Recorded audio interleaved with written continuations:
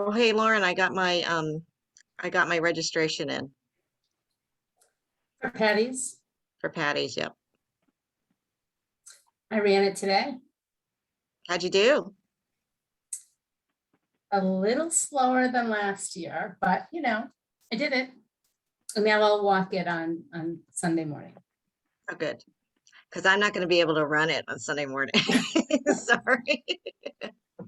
Well, maybe we'll just meet for the beer afterwards in the beer garden, right? Oh, right, right. That's in between my running back to Harvest Fair, and then I've got I've got a block party, and then I have a debate. So you're You're just running the busy. whole day. My Sunday is going to be. Oh, hi, David. How are you? I'm good. How are you? Good. Are you doing Patty's? I'm not. You're not. Why not? I've got so many things packed with the kids this weekend, and it's just not good. What are your kids up to these days? A lot of singing. Nice. Yeah, they're both in the New Tones, and my son is the music director and president, so he's really busy. And Wow. yeah, and then my daughter's doing volleyball, so she's really active there. Oh, excellent. Yeah, Excellent. Is Lisa Robbins still involved in the volleyball? I haven't heard that name. Okay. She was one of the coaches and she's married to John's high school friend. Oh, Cool. Well, good to see you. yeah, you too. Although I see you around everywhere now. Your picture.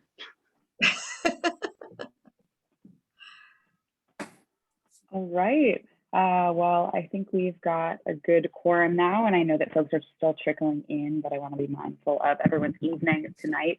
I want to really thank you all for joining us this evening, taking the time to be part of this conversation. We've got great speakers this evening, Amy Mah Sangiolo and Richard Alford, former Newton School Committee member, and Amy Mah Sangiolo, candidate for mayor. Before we get started, I just want to go over a few ground rules and norms. The conversation tonight is a really important topic, and I want to make sure that we create the space for it to be respectful, for it to move forward, and for it to be productive. So I ask that everyone remains muted.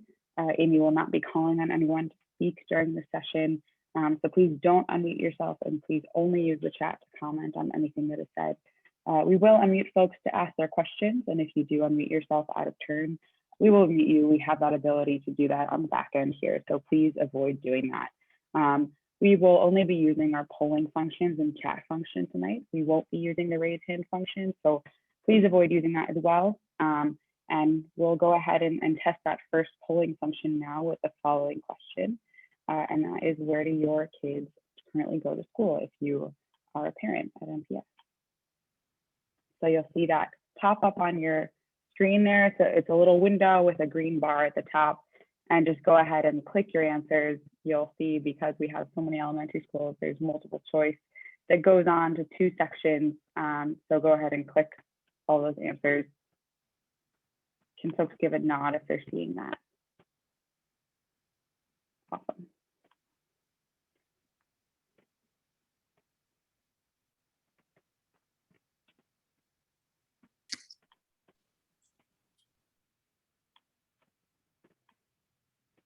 I see it's not letting me submit. This is why we do a test.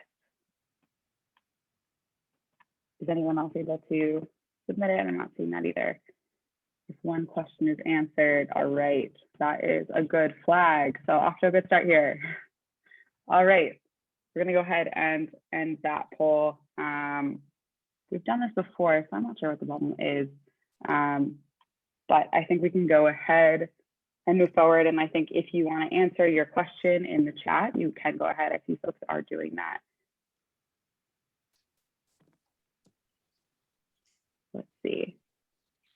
No kids in the system now. Day, Newton North, Countryside and Brown, Bowen.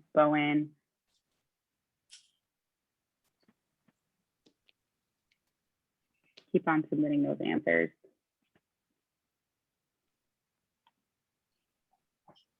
FA Day, North, Cabot, out of district, All right. Keep on adding those answers as we move forward. And at any time, please use your chat to add your questions for Amy this evening. And again, please refrain from speaking unless we explicitly ask you to do so. And I'll now turn it over to Amy. Are we doing the second survey question? It's the same format, so I want to avoid the same frustration with that question. Okay. All right. Well, thanks everyone for joining us tonight, and thanks, Allie. I'm excited to be joined by my neighbor, a fellow lawyer and former Newton School Committee member, Richard Alfred, who will help moderate this evening's session. Richard, can you tell us a little bit about yourself? Sure. Well, first, thank you very much, Amy. It's my pleasure to join you and all of you this evening. My wife and I moved to Newton in 1988 because of the reputation that it had for academic excellence. We've lived here for more than 33 years and raised our 3 sons here, all of whom went to the Newton Public Schools and graduated from Newton North. We live in Auburndale, so our kids went to the Williams School, elementary school, and to Day Middle School, and then to Brown Middle School after the unfortunate, in my view, redistricting. And all of them went to Newton North High School and graduated there.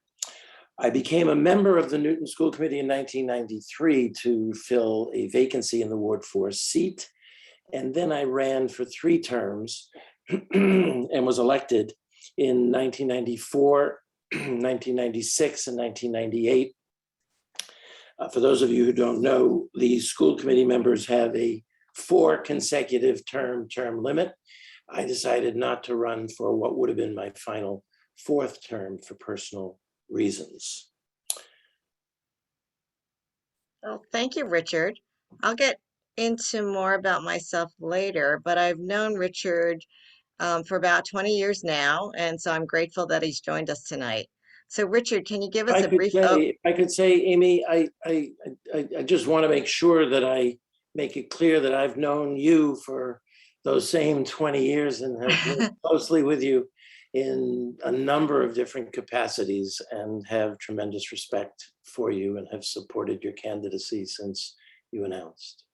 Well, thank you. I really appreciate that. Can you also provide us a brief overview of some of the major initiatives that you were involved with while you were on the school committee? Sure. So over the 6+ years that I served as school committee member, one of the initiatives that I was most proud about was to really drive and become a catalyst to create what many people refer to as a gifted and talented program in the elementary schools. The middle schools and the high schools already had learning at different levels of academic ability. And I thought it was important to provide that kind of educational opportunity for our elementary school students, at least from grades 3 and up. What we ended up doing was we created a program that properly focused on challenging all students through the entire spectrum of academic ability and giving opportunities to kids who were more academically advanced for whatever reason, challenges that would keep them motivated. And also at the same time to provide challenges for other students. So we worked hard on that and we created a program. There was a day-long program that we had for the teachers at LaSalle College. And that program started, and I think when I got off the school committee, it wasn't continued, which I believe is unfortunate, but that was one of the things that we did. We also worked hard to strike a balance in funding between the school, this is mostly in the high school, athletic programs and funding to the arts, and particularly the theater program. And that worked out exceptionally well. Our theater programs, other arts programs flourished. I was involved in the search for a new superintendent, which led to the decision to hire Jeff Young, who served for a number of years. And I worked hard, as did the school committee, on other initiatives aimed at furthering the academic excellence of the Newton Public Schools. Wow, you did a lot while you were on the school committee. Thank you so much for your service, Richard. You're So welcome. I've got a question for you. So as a former school committee member, what's your perspective on how the mayor can influence the Newton Public Schools? Well, it's interesting because I served on the school committee with 3 mayors. First, Teddy Mann, then Tom Concannon, and finally with David Cohen. And it's really, really important that the mayor has an important role by being an ex officio member on the school committee and votes with the other 8 members of the school committee. But the mayor has an important voice on the school committee. It's very, very important that the mayor help to drive important policies and programs that impact the school system and the city at large. So the mayor has a direct impact on the city's budget. That's pretty obvious. And then the operating budget, the capital budget, the amount of money received, the funding to the public schools. So the mayor has that very important function. It's important for the mayor to work with the superintendent and with the members of the Newton School Committee. So the mayor needs to have a good relationship with the superintendent, needs to feel compatible in terms of what the superintendent is doing, and needs to help the superintendent and the school committee drive programs. The mayor, almost goes without saying, but through her office and her citywide responsibilities, has the ability to influence key school committee decisions, especially those, as I've said, that impact the budget. So it's a terribly important role that the mayor has in her impact on the schools, impact and influence on the schools.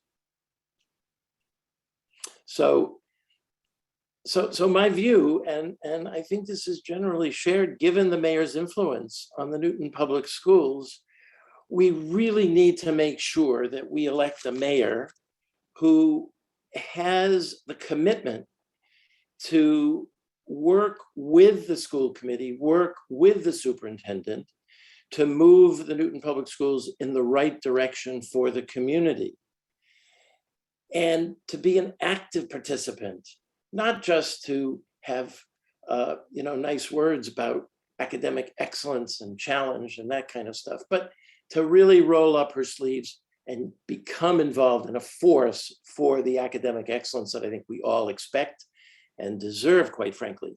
And that's really the reason, fundamentally, that I've supported, that I support so enthusiastically Amy Sangiolo, because as I said earlier, I've known Amy for 20 years. She sent her 3 children to the Newton Public Schools. She knows the Newton Public Schools. She's committed to the Newton Public Schools, and she's shown it through her actions as a first member of the Board of Aldermen and now on the City Council.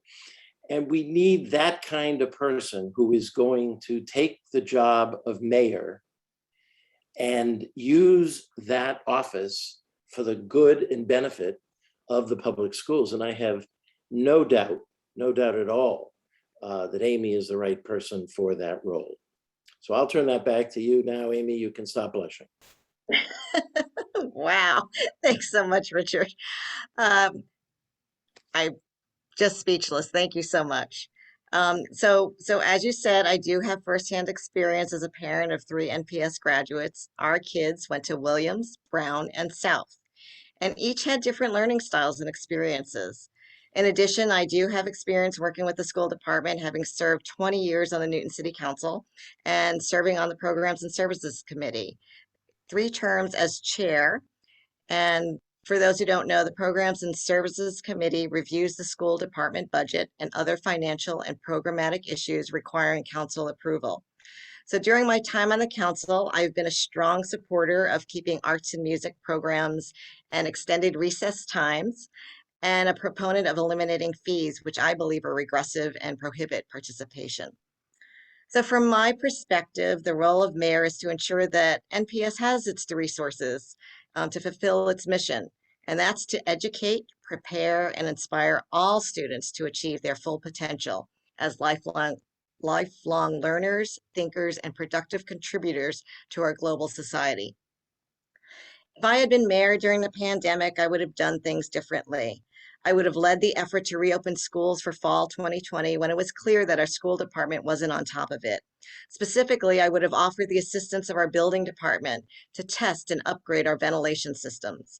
I would have accepted assistance from the infectious disease, scientific, and medical experts and timely create a medical advisory committee to work with our Health and Human Services Department to ensure safe reopening and get testing in our schools. I would have worked with our teachers to make sure that their input was heard and used. I would have provided necessary funding resources and increased communications. I'll be a different type of mayor. I'll bring the perspective of a former Newton Schools parent, be an active and engaged member of the school committee, and provide teachers with the resources they need so every child can achieve their full potential and address the mental health challenges facing our children. And I will take my role and responsibility seriously in hiring and evaluating the superintendent's performance and setting policy and guidance in bargaining with all of our district unions and in overseeing our budget, and will regularly have interactive communication and forums with NPS stakeholders. That's what I'll do. Okay, well, thanks, Amy. That was that's an impressive record that you have with the city. So as a candidate for mayor, you've been out throughout the city. There's no place that practically that I can look without seeing you or hearing of your efforts, whether it was the run, whether it's been with the Run with Amy events, forums with parents. You've had the opportunity to listen to parents. So tell us what you've been hearing from the community about the Newton Public Schools.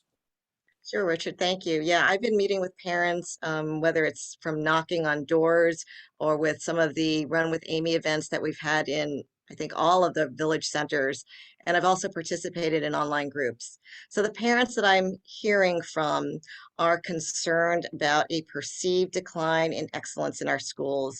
Maybe it's because of lower MCAS scores or a decline in rankings that have been listed in magazines like Boston Magazine and US News and World Reports, or maybe it's because there's a sense that their kids don't have enough homework or aren't being challenged in their classes.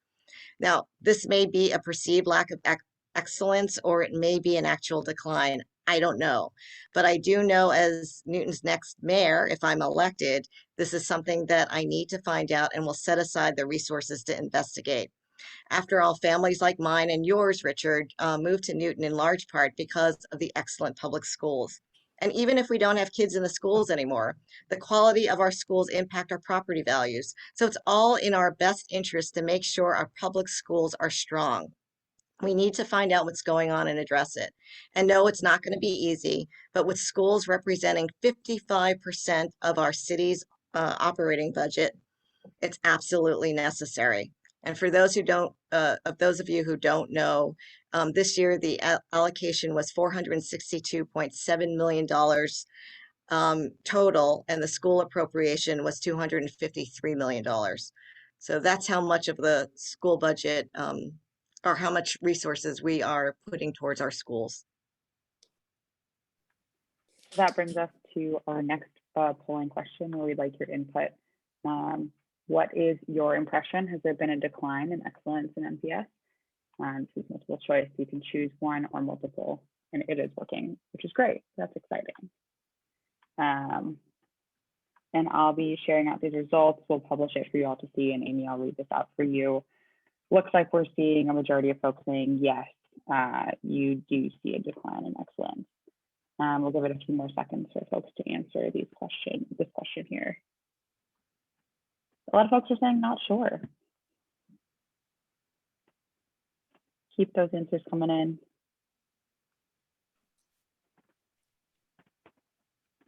All right. We'll end that poll there. I'll share those results with you all. We're seeing 58% of folks saying yes, there has been a decline in excellence in MPS. That's really interesting. I guess my next question would be, how does one define academic excellence?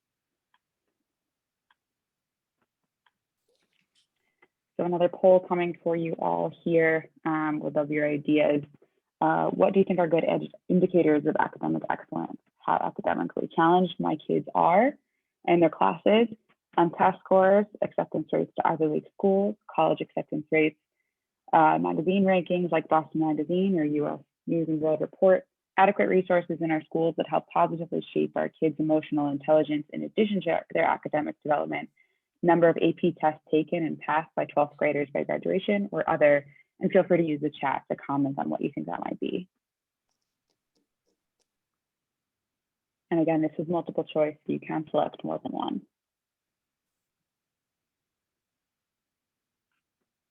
And we're getting some good results in here.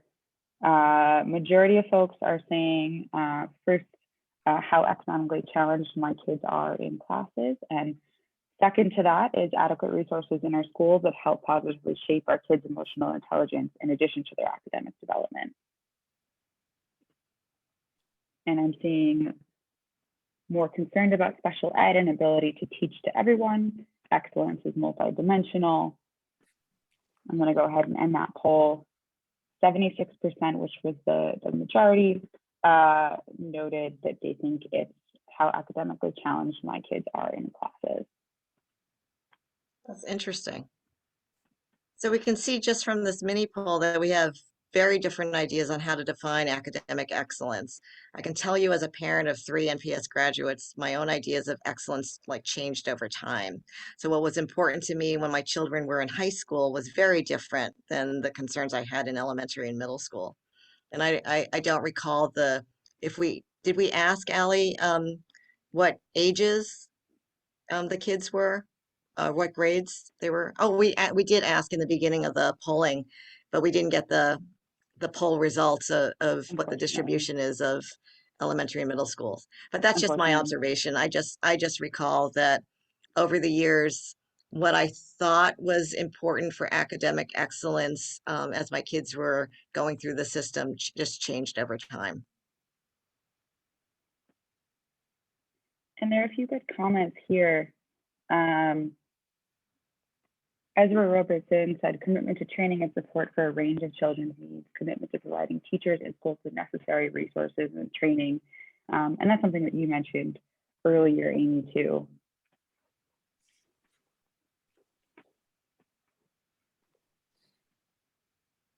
All right. Richard, do you want to take it away? Yes, please excuse me, I have a, good. So let's now change course a little bit and move the conversation to a discussion of how students fared during the pandemic. Allie, will you share another survey for all to answer on that issue?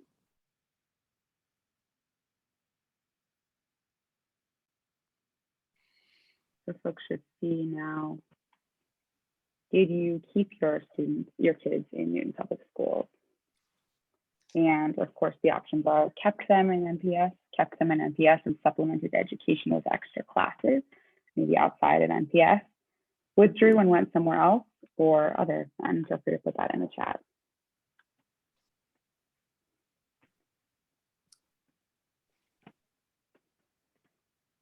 And again, thank you to all of you for using that chat function. It's super great to see all of this feedback. So I'm going to go ahead and end that poll. We're seeing a majority of folks stayed at MPS, and a lot of folks kept their students at MPS and supplemented education with extra classes. So according to DESE, my understanding is that over 700 students left the Newton Public Schools last year. So I'm heartened to see that there were a lot of folks who were on this call who decided to stay. I heard from one school parent who pulled out his 4th grade daughter that her class is hollowed out due to flight from school last year. And I spoke to another parent whose daughter remained at Burr while some of her wealthier friends formed an exclusive, those like learning pods. And she was devastated because she was excluded and not allowed to interact with her former best friends. So the school closings last year impacted so many families and children in so many different ways and have altered some of our kids' and families' social and emotional well-being. It was a difficult year. And I So want to pull out, if I can pull out a comment from Allison Conant, who said earlier, they think good physical facilities definitely affects the excellence of schools. I think that factors into how folks are doing this year as well. Amy, I don't know if you want to comment on that. I'm sorry, I didn't hear you, sorry. Physical facilities definitely affect the excellence of schools and how that actually factors into how folks are doing this year. Yeah, no, definitely. In terms of, I'm not sure if Allison is discussing the issue of the conditions of our school buildings and whether we have upgraded all of our systems. But certainly there was a push to make sure that our ventilations were upgraded before we did a reopen. Certainly in terms of school rebuilding, the city sort of just went on hold after Cabot was done. And we definitely need to have a more robust rebuilding plan and renovation plan as we move forward. So, well, let's continue the discussion and talk about how things are going this year, academically, socially, emotionally. Allie, do you want to take it from there? Yeah, so we do have a series of a few more survey questions to go through. So this first one, as a parent, overall, do you feel like your child is better off this year than the same time last year? And of course, your answers are yes, no, maybe, or other, and you can comment that in the chat if you do choose other. Got some strong yeses, which is nice to see. It was a tough year. Yeah, we've got 77%, 78% yes, some maybes. I'll go ahead and end that poll. I want to call out Mary Krass now, who noted major social emotional issues due to COVID. Yeah. Mary, do you want to comment on that if you want to unmute yourself?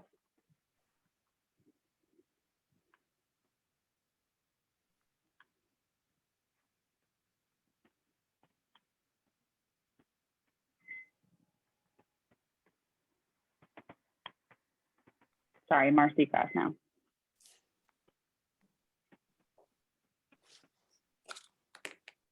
Marcy, you can feel free to unmute yourself. You don't have to. Got it. Sounds good. All right. Thank you all for answering that.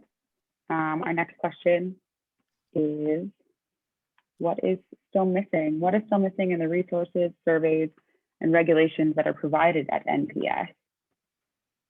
We're looking for social emotional resources, like we need more tools and training for both students and teachers, identification and remediation of any learning losses from last year, academic rigor, we need to step up our academic expectations and meet them, COVID safety precautions, we need to step up our safety and testing measures, and are there any other things that you want to see? And you can comment in the chat.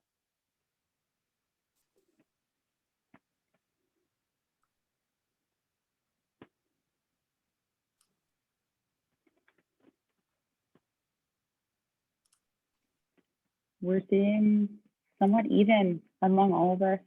Academic rigor pulling ahead. Give it a few more seconds. I just Right. want to call out this one comment. Oops, sorry.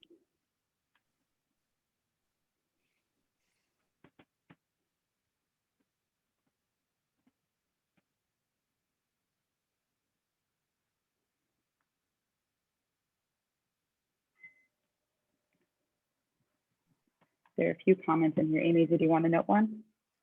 Yeah, no, I lost it. I was scrolling down my chat, so I lost it. But it was from a Newton educator that was talking about, I can't find it. Yeah, Can you find it, Ally? David Badar. I don't know if that's how to Yeah, pronounce your name. If you want to unmute yourself, David, and speak about that a little bit. Sure, thank you. The comment was simply that from my perspective, and I think a lot of colleagues would probably agree, that our values, as I wrote, are teaching and valuing all students. I think you're right to be asking the question when we're defining educational excellence, what do we mean by that? And I think that's a really worthwhile conversation, and I'm glad that it's happening. So just to contribute, my 2 cents toward that, teaching and valuing all students, teaching critical thinking skills, teaching kids not what to think, but how to think. These are things that, as a history teacher at Newton North, I think about quite a bit. Media literacy, certainly in the current landscape, depth of learning and quality as opposed to quantity. So I think that's worth considering in terms of the various constraints that do exist, and thinking about research and pedagogical best practices, because school does look rather different from the way it did when many of us went to high school or elementary or middle school for that matter, but I know less about those. So thank you. no, thanks for sharing that, David. And Ally, thank you for finding that. Sorry, I scrolled through the chat too fast. It's good that there's enough comments that that happens. I know, that's great. There are a few more comments, I think, worth pulling out.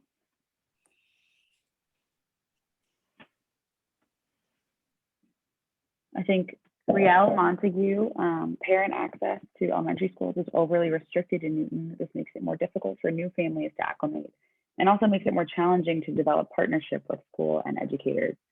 Riel, if you're open to it and comfortable, feel free to unmute yourself and add a comment there.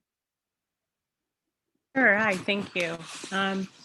Yeah, we're a relatively new Newton family. We've been here 2 years. We started right before the pandemic, so we had an initial time to start getting acclimated.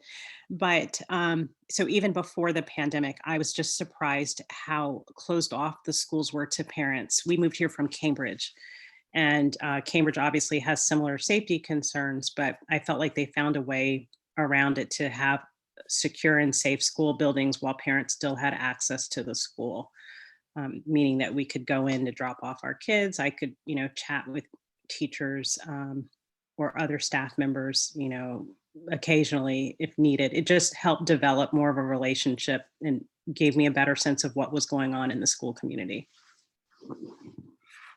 And also, I guess, just to piggyback, you might get to Adam's point too. I think now that we've got vaccines, it seems like parents should be able to volunteer. There should be some way to provide some access to parents this school year.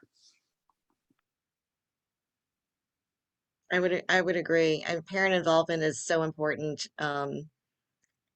Getting to know your teachers, being part of the community. That's how I was able to really connect with the schools. So it's very important. So thank you for bringing that up. Awesome. We'll move on to the next question. I'll go ahead and launch that there. Has NPS met your overall expectations for what is purported to be a nationally ranked school system? And of course, the answers are yes, no, maybe, not sure, and you can share your concerns in the chat.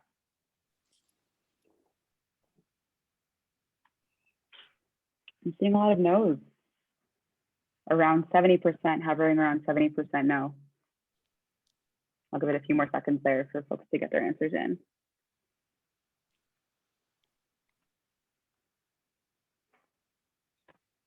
All right. We'll go ahead and share those results with you all. The final tally is around 71% saying no, 19% saying maybe and not sure, and around 10% saying yes. Well, here's an interesting comment I just saw. Oh, it just popped away. I think it was Kim that put a comment in the chat. Yeah, Kim Smith said teachers, yes, NPS has exceeded. Re-administration, no, not exceeded. Thank you for that comment.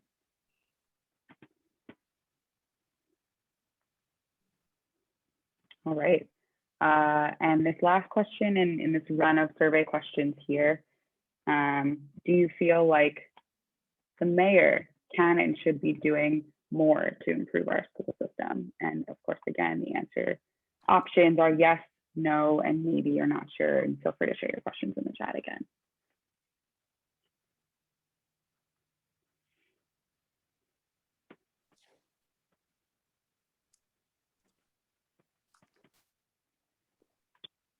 Huge majority saying yes, about 97%, 3% saying maybe or not sure.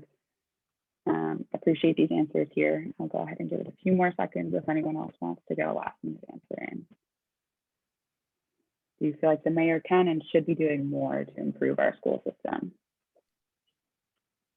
All right, I'll go ahead and end that there. We finish out with 97% yes. I thank you all for answering this slew of questions. It's helpful to hear. I appreciate your answers, and I'll pass it back to Richard now to keep this conversation going. So Amy, with that, and that's a fascinating result, but with that information, what more will you do when you're mayor? How will you address things differently than the current administration? That's a big question. That's a lot's going to fall on the mayor. And I think, as I mentioned earlier, that I'm going to bring the perspective of a former Newton Schools parent, and have served on the city council for 20 years. I think I'll be much more active and engaged. I would like to work together with the school committee members, the school department, and the superintendent, and obviously our teachers, to create a public platform that monitors and tracks NPS system-wide goals and the superintendent's goals.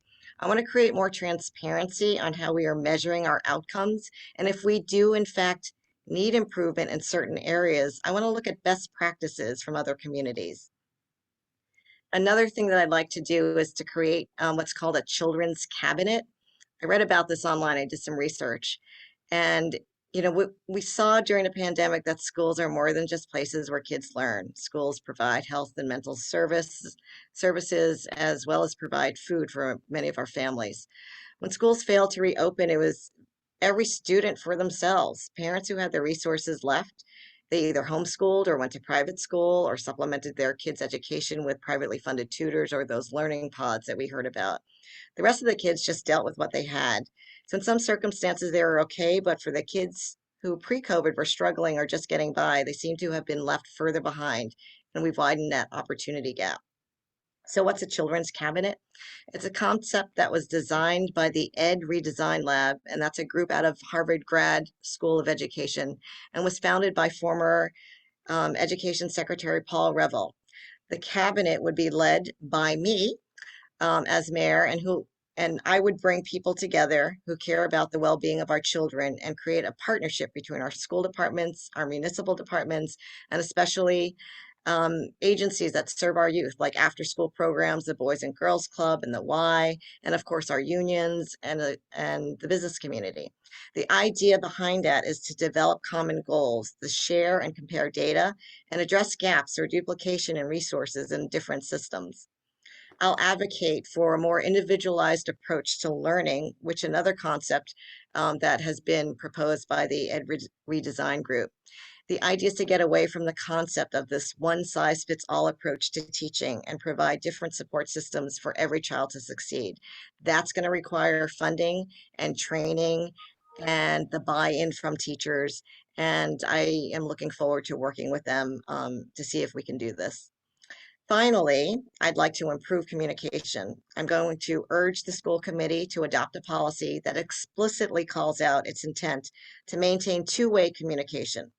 Right now, what we see too much of is a one-way communication, and that's either parents writing letters or emails or testifying before a school committee meeting for 3 minutes to, like a wall, right? You don't get a response. You don't necessarily be acknowledged other than in the minutes for having participated in this. So again, I want a two-way communication. I want to keep not only the public informed about the progress and problems that the system may be facing, but I want to encourage residents to share their aspirations and feelings about the public schools. And I want to respond to them and any concerns that are raised. So that's what I would do. Impressive. Awesome. Yeah, that's me. So now we'll get to the question and answer portion of this forum. So if you have a question, please put it in the chat, please. We will not be using the raise hand function, and we ask that everyone please remain muted, and our team will be looking at questions from the chat and calling on a few folks to, give an extra detail that they may have. So we'll give it a few more moments here for folks to add any questions that you have to the chat. Please go ahead and do that.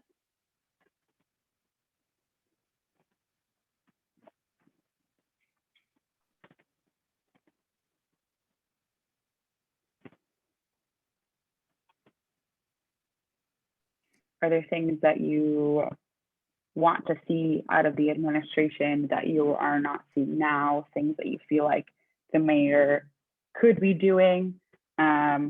What are some questions that you have generally about the school system?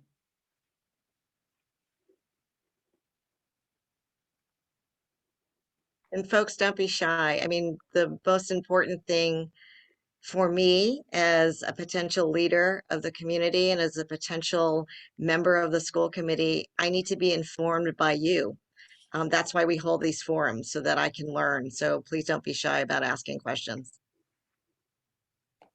And I'm not technically challenged, so some of these I can't read all the chat. So I'm gonna ask Allie to direct me if I can find it. Yeah, we've got a good first question here. One of the first questions here: can you give examples of what kinds of metrics you might recommend to increase transparency of monitoring the performance of the school system? Sure, and I just happen to have, I printed out the NPS system-wide goals and the superintendent goals. And they talk, I mean, they go through our shared values, of academic excellence and educational equity, social emotional well-being. And I see that there are objectives and activities and key indicators of assessments, but I don't know where all that data goes. I don't know how we are actually measuring. I know that the school committee does do or receives updates from departments, but that's not publicly available, right? So we have to know, is the funding that we are directing to the school department to reach these objectives, like foster engaging learning environments that develop independent thinkers, are we actually obtaining those by the activities that have been identified? And what are we learning from these assessments? That's the kind of data that I think we need to have. I mean, I know that, and I'm going to just pull up something on my screen, sorry.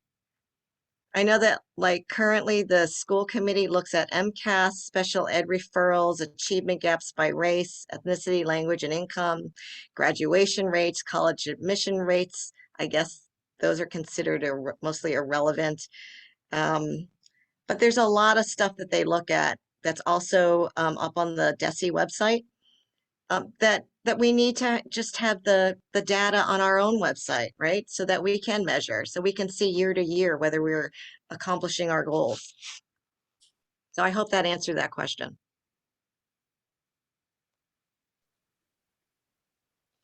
Awesome.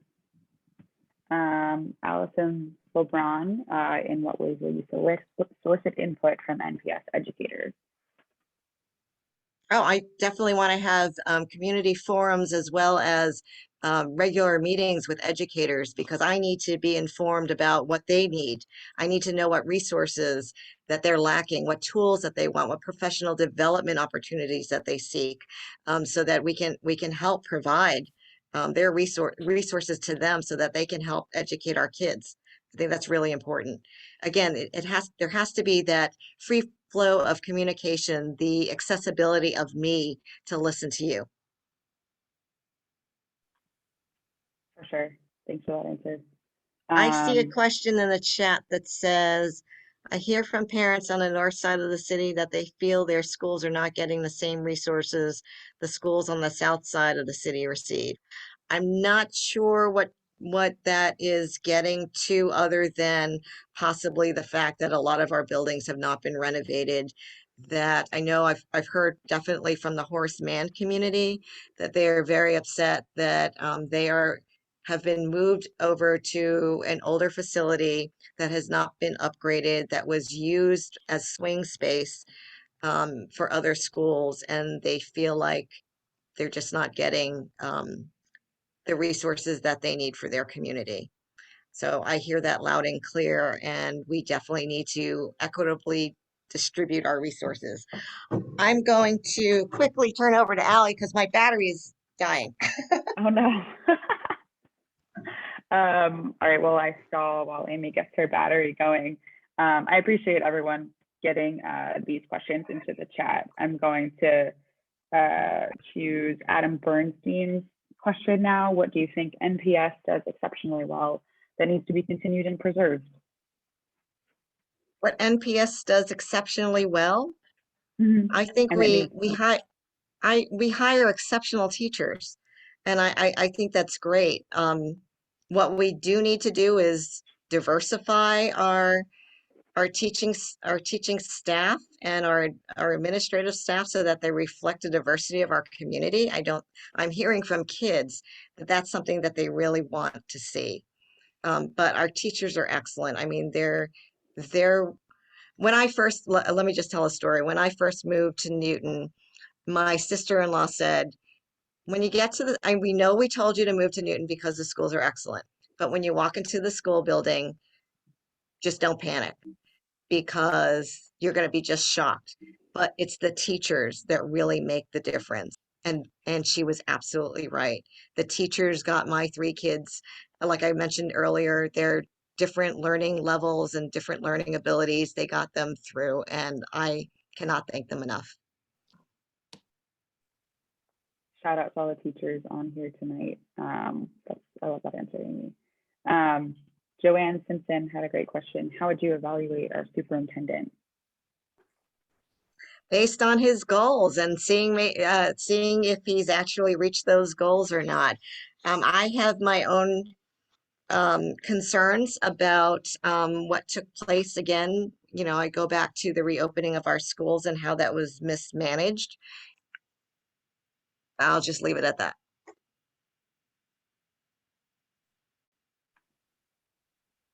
Sounds good. I mean, I can also, like, you know, like communication, it was just so poorly managed. Even I have his report card here from the school committee, his evaluation. I mean, even they, you know, were very upset with the kinds of communication or lack of communication to parents. That really does need to be improved. And frankly, I don't think there was enough communication with the teachers either in terms of including them in the reopening plan. Again, those are things that I would use to evaluate our superintendent's performance. And communication, super, super important. Highlighting Corey Pop regarding comments about diversity of staff and administration. What changes can be made to retain educators of color in the district? Is there data around this? Can there be? That's a good question. I don't know if there is data around this, but I definitely think that working with the director of diversity, equity, and inclusion would be critical in terms of getting surveys from the teachers of color that we do have, trying to find out what we're lacking here, what what we can do to retain them? I mean, is it like housing? Is it more kind of wraparound supports that we need to retain them? And is it more professional development? Those are things that I think is important to get and ascertain. And one of the things I'd like to do just citywide is get a director of diversity, equity, and inclusion, because we do really need to diversify our staff, because our staff definitely does not reflect the diversity in our community. Awesome. Oh, and I also want to, that's another area where I would like to publish data and metrics to see how many, I mean, that's one of our goals, right? To increase diversity in our schools, but you don't see that published anywhere. Like, how many teachers of color do we have? How long have they been here? Are we, by doing outreach, getting enough or more applicants into our pool? What are we hearing from folks who are leaving the system? Again, those are things that we need to do. And, going back to the survey that we did earlier, most folks stayed, and then people did also leave. So understanding why and retaining those folks is important. Let me pull up the next question. From Kim Smith, Amy, what do you think of the budget? Would you maintain the 4.14 increase that we had from fiscal year 21 to, I guess that would be 22, it's 21 here. Would you cut it? Have you ever voted against funding for schools when you were city councilor? I don't remember voting against the budget for Newton Public Schools. I seem to recall I was always in favor of increasing the budget. Then again, that was a time when every year, I think Richard was on the school committee at the time, every year we were seeing a cut in our budgets, limited resources. And I remember, I think Jeff Young was the superintendent at the time. I was in tears asking him, begging him to give us that vision. Tell us, tell the Board of Aldermen at the time, it was the Board of Aldermen, not the City Council, tell us what it is that you would like us to move forward to in terms of educating our kids. I don't want to hear about a budget that is cut, that is limited. I want to know what direction you want us to move into. And that's how I'm going to fund the budget. That being said, even the current mayor has projected a revenue gap going forward. So we're going to have to really take a look at all of our departments and make sure that, again, our resources are being directed and serving the populations that we're supposed to serve, including and especially our children. Amy, if I could just add quickly, my memory, and this is one of the areas where you and I worked together on, or I talked with you about, but it's your description of what happened in your advocacy to maintain and increase the budget as much as possible during those difficult years was absolutely true. I mean, you were wonderful to work with. Thank you, Richard. I see that David Kalis, City Councilor, David Kalis has been on the call, and he says that he strongly opposes participation fees, but realize they fund programs. How do we roll back the fees if you agree with doing that? I do agree with doing that, David, and I think we were on the council at the same time when we were arguing about or debating or trying to get the school committee to get rid of those fees. We just have to find the money. Look, we know that these fees in theater or arts or athletics are prohibiting a lot of kids from being able to participate. It's our priority to make sure that everybody has equal access and has the ability to join in, because academics alone isn't about making sure that the whole child is developed. We have to make sure that they have other opportunities, and athletics and arts and music programs are part of that. And as mayor, I can tell you, David, I would have supported the resolution that you guys put forward to eliminate transportation fees. So as mayor, if elected, that's $500,000 that the school committee, that's nothing. We want to get parents to stop driving their kids to school. We want our kids to get on the bus and make it safe. So absolutely, I would have been in support of that. And I'm sorry that that didn't happen. You're nodding your head. I see. I hope you approve.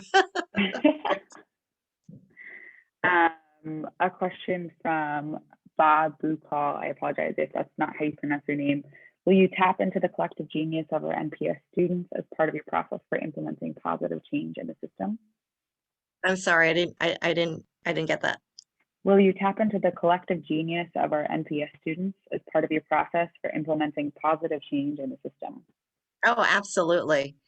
The kids know what is needed. The kids can help drive um, a better school system. Absolutely.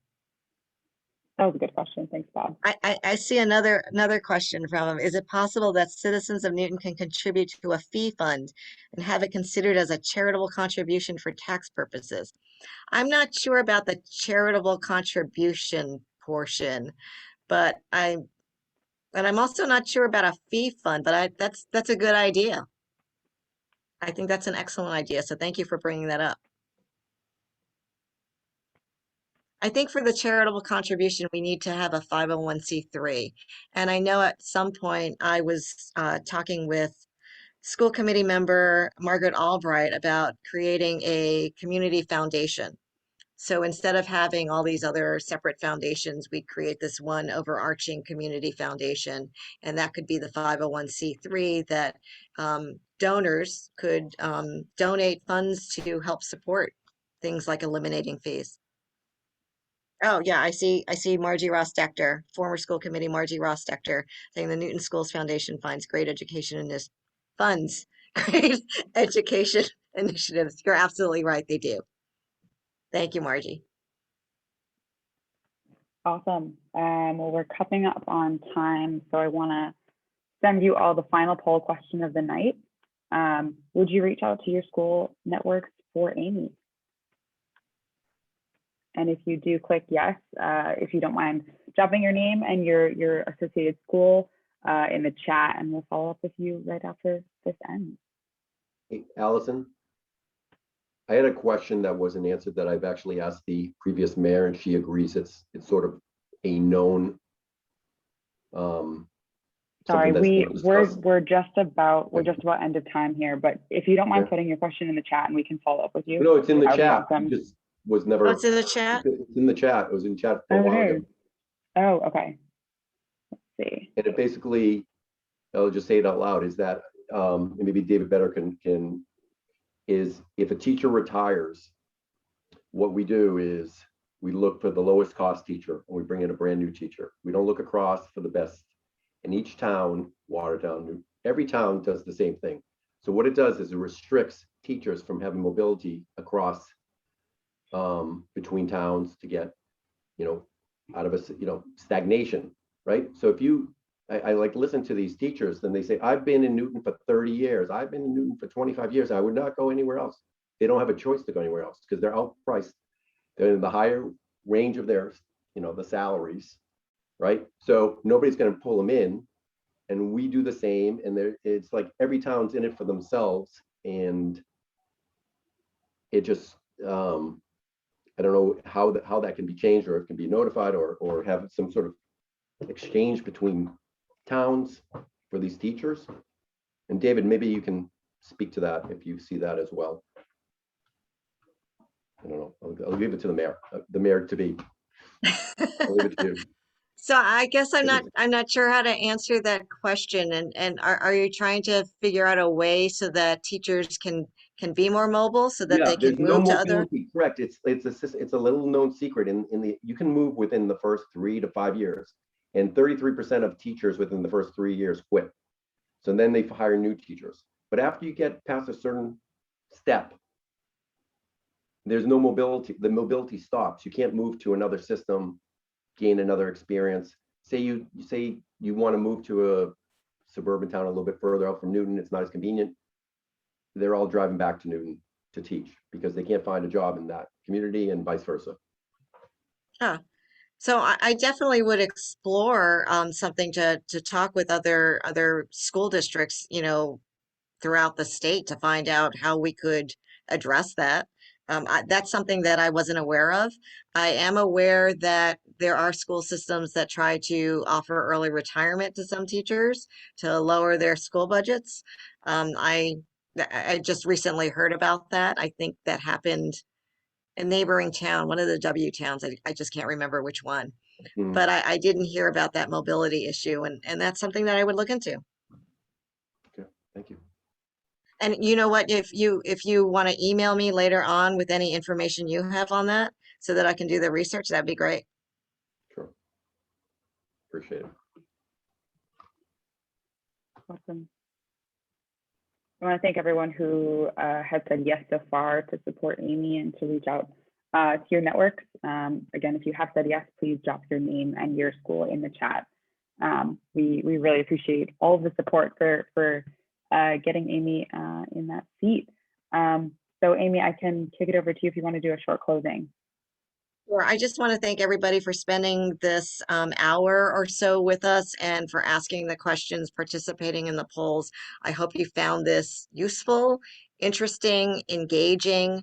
This is my approach to leading the city of Newton. I want more communication with residents, with teachers, with students. I mean, this is all one community effort, right? Right now we're focused on schools, but I want to focus on all the different areas that impact our community, whether it's housing or development or improving our infrastructure or dealing with the climate change.